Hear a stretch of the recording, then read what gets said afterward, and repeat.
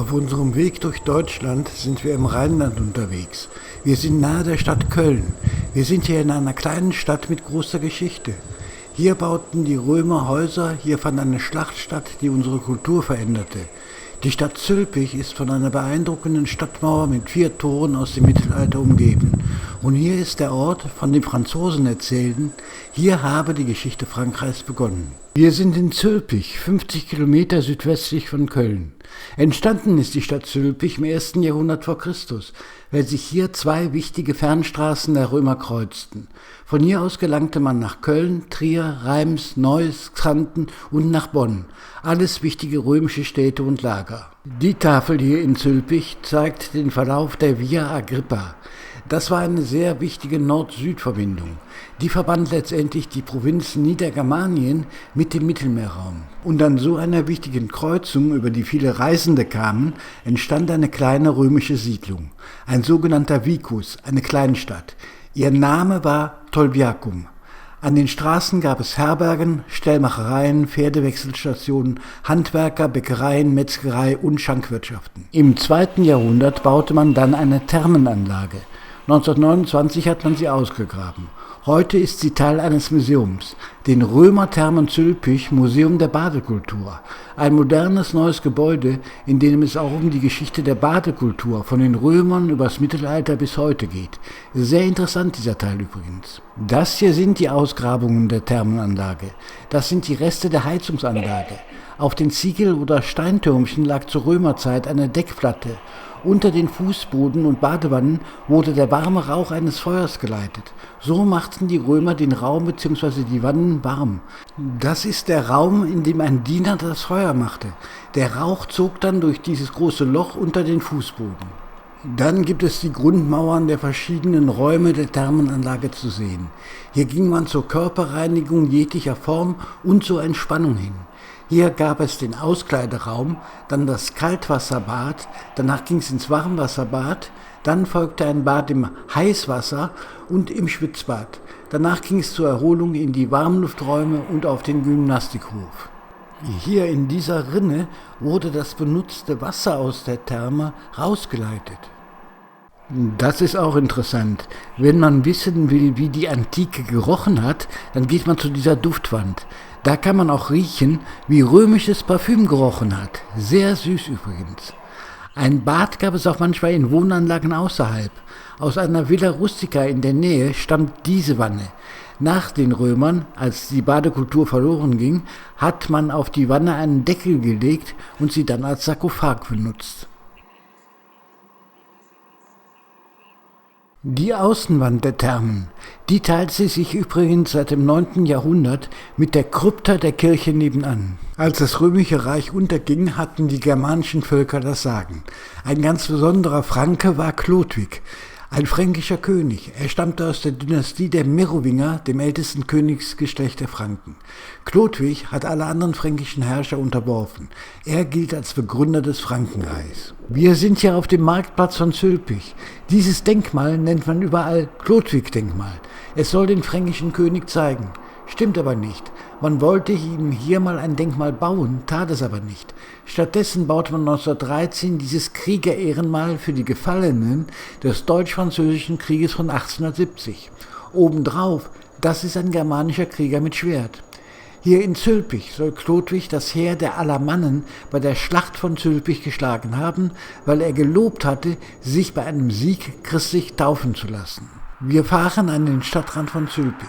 Hier ist die sogenannte Wollersheimer Heide und hier soll der Ort dieser bekannten Schlacht sein. Auf diesem Feld erinnert eine hohe Stele an die Schlacht. Hier soll im Jahre 496 die Schlacht zwischen den Rheinfranken unter Sigibert von Köln, dem Chlodwig zur Hilfe gekommen war, und angreifenden Alamannen stattgefunden haben. Aber alles an dieser Schlacht ist unsicher. Man weiß von der Schlacht heute nur durch Gregor von Tours. Der war Bischof in Tours und ein sehr bekannter Geschichtsschreiber.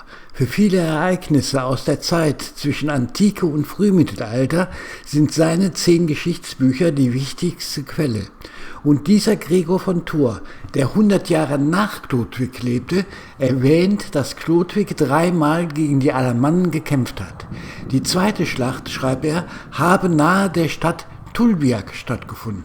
Man geht davon aus, dass mit Tolbiac das römische Tolbiacum, also Zülpich, gemeint ist. Die Historiker sind sich also uneins über die Frage, ob die Schlacht hier stattgefunden hat oder nicht. Wie dem auch sei, bei der Schlacht von Zülpich hatten zunächst die Alamannen die Oberhand. Chlodwigs Heer drohte zu verlieren. Im Angesicht der Niederlage gelobte nun Chlodwig, er lasse sich christlich taufen, wenn er gewinne. Nun, er hat gewonnen. Und er ließ sich später in Reims taufen und konvertierte somit zum römisch-katholischen Christentum. Chlodwig soll für seine Bekehrung übrigens von Rom verlangt haben, dass die Besetzung aller geistlichen Ämter von der fränkischen Synode unter Vorsitz des Königs bestimmt werden muss und die Geistlichen dem König steuerpflichtig waren. Auf diese Abmachungen haben sich dann jahrhundertelang die Könige berufen. Für das Fränkische Reich, aus dem später Frankreich und Deutschland wurden, bedeutete die Taufe, dass es damit christianisiert wurde. Denn Taufen fanden meist im Stammesverband statt. Doch wenn gar nicht sicher ist, dass die Schlacht von Zülpich überhaupt hier stattfand, warum ist sie dann so bekannt? Daran sind die Franzosen schuld. Die brauchten nämlich einen Zeitpunkt, an dem man sagen konnte, hier beginnt die Geschichte der Grande Nation. Es war der französische Bürgerkönig Louis Philippe, der in Schloss Versailles 1837 ein Nationalmuseum errichtete. Er wollte hier die ruhmreiche Vergangenheit des Landes erzählen. Das Museum sollte zeigen, dass Frankreich Frieden, Wohlstand und nationale Größe allein dem Königtum verdanke. Der größte Saal im Museum war die Schlachtengalerie. Hier zeigten 33 Monumentalgemälde die Könige, die in ruhmreichen Schlachten Frankreich zur Grande Nation machten, gemalt von bekannten Künstlern der Zeit. Chronologisch angeordnet beginnen die Gemälde mit der Schlacht von Tolbiac, also Zülpich. Die Schlacht von Zülpich, die erste Ruhmestat der Nation, die Geburt Frankreichs durch eine Schlacht, gewonnen vom Begründer des späteren Frankreich. Und damit stürzt man sich auf Zülpich. Nach Tolbiac, und so heißt Zülpich in Frankreich, sind in Paris auch eine Straße und eine Metrostation benannt. Die Schlacht von Zülpich als Geburtsstunde der Nation. Wir sind zurück innerhalb der Stadtmauern von Zülpich. Direkt neben den Thermen, hier auf dem Mühlenberg, steht die Pfarrkirche St. Peter. Ein moderner Bau, in den 1950er Jahren gebaut. Auch innen sieht es in der Kirche recht modern aus. Die alte Kirche wurde 1944 durch Bomben zerstört, und zwar fast restlos. Im Schutt gefundene Bauteile zeigt man in dieser Regalwand, die bis zur Kirchendecke reicht.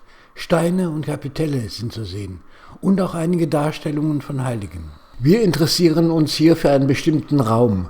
Links im Mittelschiff führen Treppenstufen nach unten, in die Krypta. Hier ist erwartungsgemäß etwas weniger Licht. Während über uns der Kirchenraum aus den 1950er Jahren ist, sind wir jetzt in der Unterkirche. Das ist der älteste Teil der Kirche. Hier auf dem Mühlenberg hat um das Jahr 850 die erste Kirche gestanden. Diese Kirche hat einen Nachfolgebau. Das war in salischer Zeit, also im Hochmittelalter. Im 11. Jahrhundert gehörte die Kirche dem Orden der Benediktiner, war also Teil einer Abtei. Und genau aus diesen Jahren stammt die Krypta. Sie wurde 1060 gebaut. Wir stehen also in einer Krypta, die vor fast 1000 Jahren gebaut wurde. Sie ist der einzige Teil der Kirche, der die Bomben im Jahr 1944 überstand. Die Kirche der Benediktiner war im salisch-romanischen Stil. Die romanische Krypta ist sehr groß. Das sind hier 2 in etwa gleich große Räume, die durch massive eckige Pfeiler voneinander getrennt werden. Es gibt 2 Altäre hier, die stammen aber aus späterer Zeit. Eine Wand, ich glaube es ist die linke, teilt die Krypta übrigens mit den Thermen. Die sind ja gleich nebenan. In Bonn und in Siegburg gibt es ähnliche Krypten. Diese hier gilt als eine der schönsten salischen Unterkirchen im Rheinland. Es ist ausgesprochen ruhig hier unten. Ich könnte stundenlang hier sitzen und den Bau bewundern. Vor der Kirche steht so etwas wie eine Kuriosität. Auf einer hohen Stele steht ein Ziegenbock. Der steht erst seit einigen Jahren dort. Der Besitzer, der hatte den Bock geschenkt bekommen, hatte das Kunstwerk im Garten stehen. Er vermachte es der Stadt Zülpich und die stellte es vor die Kirche. Naja, neben der Kirche steht die kurkölnische Landesburg Zülpich. Heute haben da mehrere Firmenräume drin. Die Römer hatten hier ihr Castrum, die Merowinger eine Königspfalz. Im Hochmittelalter stand hier eine Burg, später wurde sie zur Festung. Nachdem Franzosen sie zerstört hatten, war in der Ruine eine Schnapsbrennerei. Und die war hier bis vor 40 Jahren. Wir sehen uns jetzt mal ein bisschen in der Innenstadt um. Nahe der Burg steht diese Kapelle, 1454 gebaut. Sie heißt Gasthauskapelle und gehörte im Mittelalter zu einem Hospital. Nur wenige Meter entfernt der Marktplatz. Hier waren wir vorhin schon. Da steht der Chlodwig, der kein Chlodwig ist.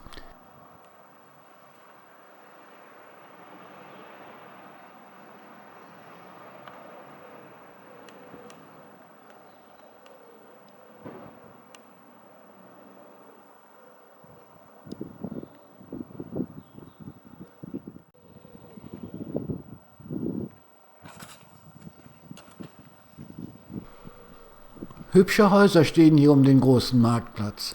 Natürlich steht hier auch das Rathaus, ein moderner Bau. Rechts daneben steht das alte Rathausgebäude. Es stammt allerdings aus den 1950er Jahren. Denn 1944 wurde das Rathaus aus dem Mittelalter, zerstört. Was vom Rathaus aus dem Mittelalter noch steht, ist der alte Rathausturm. Der wurde 1725 gebaut. Unten drin ist heute ein Restaurant.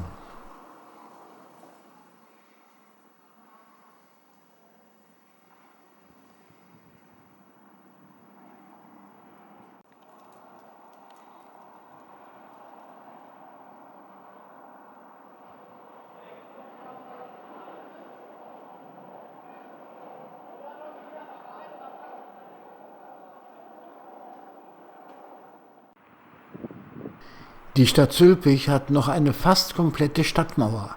Im Rheinland gibt es das nicht allzu oft. Diese Stadtmauer, eine Ringmauer, umgibt den Stadtkern. Sie wurde im Mittelalter gebaut, im 14. Jahrhundert also. Sie hat einen Vorgängerbau und der ist aus römischer Zeit, denn die Stadtmauer steht zum Teil auf den Resten einer römischen Mauer. Die Stadtmauer wurde zusammen mit 4 Stadttoren errichtet. Wir nähern uns jetzt dem Weihertor. Es geht leicht bergab, wenn wir jetzt den Mühlenberg verlassen. Um den Mühlenberg wurde schon im 4. Jahrhundert ein Befestigungsring mit Türmen und einem Stadttor errichtet. Die Lage von Zülpich entlang der alten Handelsstraßen war auch nach dem Untergang des Römischen Reiches strategisch günstig. Diese Mauer wurde dann 400 Jahre später von den Normannen zerstört. Im 13. Jahrhundert wurde auf den alten römischen Bauten eine Befestigung in Bruchstein gebaut. Damals gab es öfter Angriffe. Die Anlage, die man jetzt sieht, wurde 100 Jahre später gebaut und ist aus Backstein. Das Weihertor, so wie wir es jetzt sehen, ist erst einige Jahre alt. Das wurde nämlich rekonstruiert oder besser wieder aufgebaut, aber erst 2023. Der Torturm des Weihertors war im Zweiten Weltkrieg zerstört worden. Nur die Zwingmauern und das Vortor waren noch im Original erhalten. Das ist das westliche Stadttor von Zülpich. In den 4 Stadttoren der Stadt Zülpich sind Karnevalsvereine untergebracht. Die haben hier ihre Vereinsräume. Im Weihertor residieren die Hofener Jungkarnevalisten, die hier ihr Gardequartier haben. Die Karnevalisten haben sich um den Wiederaufbau sehr verdient gemacht, heißt es hier in Zülpich. Das Weihertor ist eine sogenannte Doppeltoranlage. 18 Meter ist es hoch. Sie besteht aus Haupttor, einem Zwinger, das ist der Raum zwischen Haupttor und Vortor, und dem Vortor mit 2 Rundtürmen. Zuerst gab es nur das Haupttor, 100 Jahre später hat man den Zwinger und das Vortor mit einer Wachstube vor das Haupttor angebaut. In den Zwingermauern sind Schießschachte. Ja, damals hat man seine Städte noch richtig gesichert. An das Weihertor wurde im 20. Jahrhundert eine Polizeiwache angebaut, weil das Tor bekam damals eine neue Funktion. Um 1900 war hier das Zülpicher Gefängnis.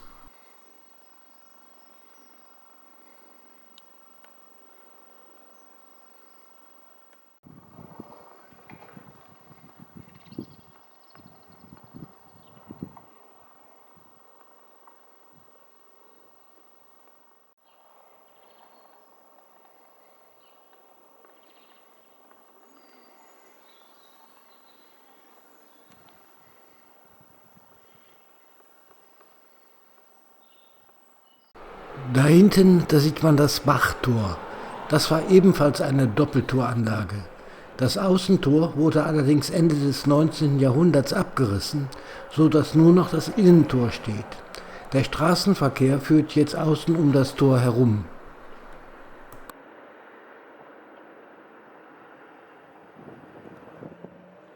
Richtung Süden ging man durch das Münstertor, aus der Stadt raus oder in die Stadt rein. Die Straße führt Richtung Bad Münstereifel. Ein Tor, durch das der Autoverkehr bis heute stadteinwärts rollt. Früher hatte das Stadttor auch ein Vortor und 2 runde Flankentürme. Das Vortor und ein Teil der Stadtmauer wurden wegen dem Autoverkehr abgerissen. Und das 4. der Stadttore. Es führt nach Osten, nämlich nach Köln. Deshalb heißt es Kölntor. Es ist erhalten mit Vortor, Zwinger und Haupttor. Der Verkehr umfährt das Tor. Für die Straße wurde auch hier ein Stück der Stadtmauer abgebrochen. Das wollte ich euch noch zeigen. In einem ehemaligen Wehrturm der Stadtmauer hat man 1810 eine kleine Kapelle eingerichtet. Kapelle zum Bildchen heißt sie. Die Straße hinter der Stadtmauer heißt Am Bildchen. Das ist eine Marienkapelle, sehr klein. Ich stehe jetzt hier mit dem Rücken an der Eingangstür. Ein Holzaltar mit 4 Säulen. In der Mitte ein Gnadenbild, eine Pietà. Maria als Schmerzensmutter mit dem Leichnam Jesu auf dem Schoß. Eine emotionale Darstellung von Trauer. Ich mag solche Kunst.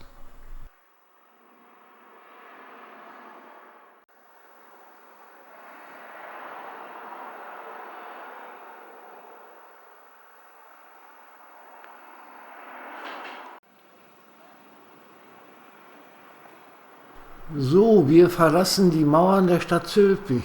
Wir verlassen das Tolbiacum der Römer und das Tolbiac der Franzosen. Viel Geschichte gibt es hier. Die römischen Thermen, Chlodwig und seine sagenumwobene Stadt, eine wunderschöne uralte Krypta, eine Stadtmauer mit 4 wuchtigen Stadttoren und viele kleine interessante und noch schöne kleine Funde am Straßenrand. Einfach schön und interessant hier. In diesem Sinn, das war's. Tschüss.